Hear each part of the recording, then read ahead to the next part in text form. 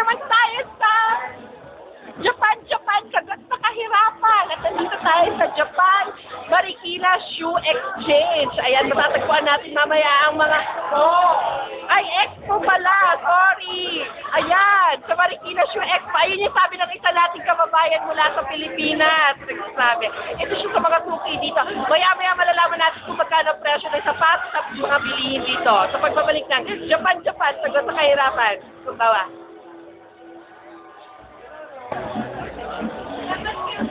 At kayo pa rin ay nakatutok dito sa Japan, sagot sa kahirapan. At meron tayong interview, isang owner dito ng resto at inuman dito sa Japan. Konnichiwa! Ano pangalan mo? Konnichiwa. Ayan po si Konnichiwa. Ay, naguganda siya dito ng mga beer, pulutan. Magkano ang isang basong ganyan? Konnichiwa. So, ang konnichiwa, ibig sabihin niya sa Japan ay 600 yen. So, sa 600 yen, ang pera natin yan sa Pilipinas ay mga nagkakahalaga ng 6,000 pesos per shot ng, ng alak na yan. Halika, marami pa dito. At itong duyan na to, nagkakahalaga to ng 500 yen. Sa Pilipinas, nagkakapresyo ito ng 100,000 pesos. Made of siya? Made of abaka. Ayan. Tapos ito yung mga kababayan natin na mga nagtatrabaho sa Japan. Ito si Juji ng hosto natin yan. Ilang years ka na dito? 2 months pa lang. 2 months pa lang. So meron din tayo mga DH dito na si Jane at si Happy. Mga ilang years pa kayo dito sa Japan? Ayan. Kapag habang panahon na pag-stay nila dito sa Japan, ayan, nabaliw-baliwan na sila. Si Happy naman, ayan, isa siyang mamasan dito, sa Japan. Ang Sprite nila magkano dito, nagkakahalaga po ito, Sprite. Ano lang po talaga ito, exclusively for Japan lang po ito. Ang pangalan na po Sprite na tinatawag nila dito, Shanchan. Shanchan Light, Shanchan Drink. So, ito po ang equivalent ng Sprite po natin. Nagkakahalaga po dito ng 500 yen. Sa Pilipinas po, nagkakahalaga po yan ng 200,000 pesos po. Hindi pa po kasama ang straw. At meron pa po tayo dito. Sunod po tayo sa taas. Go! Hindi ka sunod na kayo dito. Nakakalagay dito, we're open. Ito po ang hiragana ng Japan. No? Come on, let's go. Excited na ako.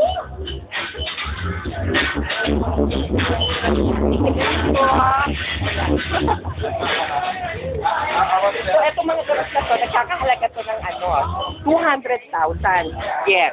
Sa presyo natin sa Pilipinas, nagkakahalaga ito ng 1 million pesos.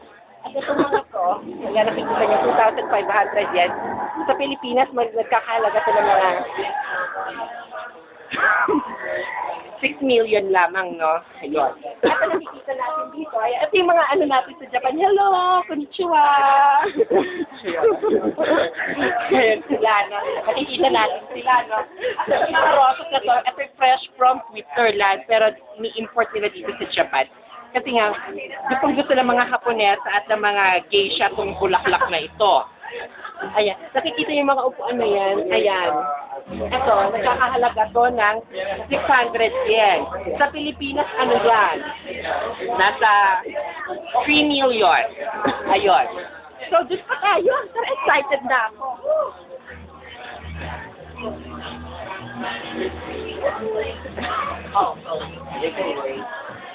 Itong damit na to mula sa designer na si Jeff, no? Si Jeff, ayun. Ito siya sa Mike pala. Kay Mike to. Kay Mike. Ayan, design to ni Mike na nagkakahalaga yan ng 48 million yen. So, sa atin sa Pilipinas, 1 billion yan. Ayan.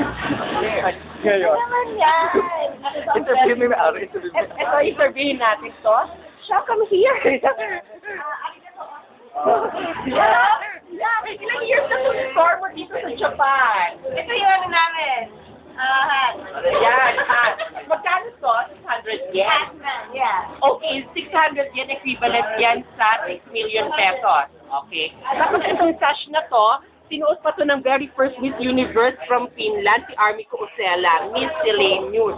No, from Finland yun. Sa dressing room nila, ayan, nakikita natin, Yung dressing room na to. Grabe, ang galing niya. Dahil sa bakal, ito, made of ano to, made of alambre lang yan. Pero tignan nyo, heavy duty siya. Tapos ang curtain natin, made of abaka yan. So, nagkakalaga ang isang yatang telang nito, mga 45 yen, no? Equivalent din sa, 100,000 pesos per yard.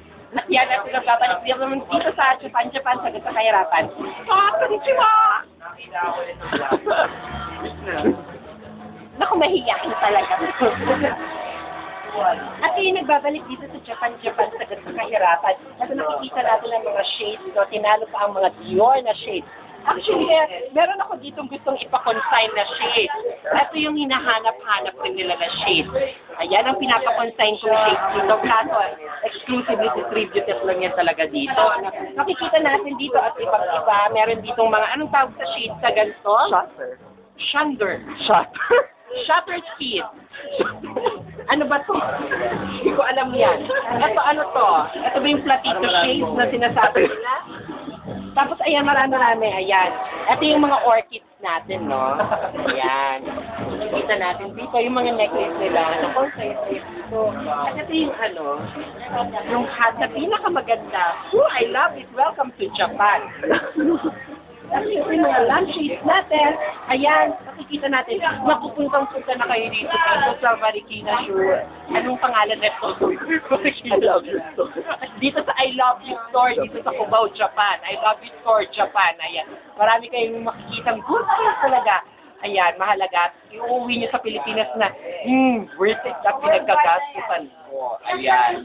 At ayan, naku, kung gusto nyo pa rin mag-email lang kayo sa akin sa Japan sa kahirapan at nokia.com. Ayun. PS about that. Ito. Ayan. Hiroshima. Hiroshima. Ito panahon pa ng Hiroshima to. Panahon pa ng Rashomon. Ito yung panahon vintage. So, pag sinabing vintage, mahal. Pag sinabing mahal, so mga rich lang nakakakuha nun. Like me, rich kid. Kevelatik. Ayun. So, makikita natin itong fur na to, ayan, made of, lobo. Ancient. Ayun. Ayun. Ayun siya. At ito, meron pa tayong nakikita. Ito yung lalagyanan ng ating orchids dito sa Japan. So, ayan. Thank you! Say hi to your kababayan! Yeah! Ayun! Ayan, balik-balik na tayo sa Japan, sagot sa kahirapan. Bye-bye, mga! Go.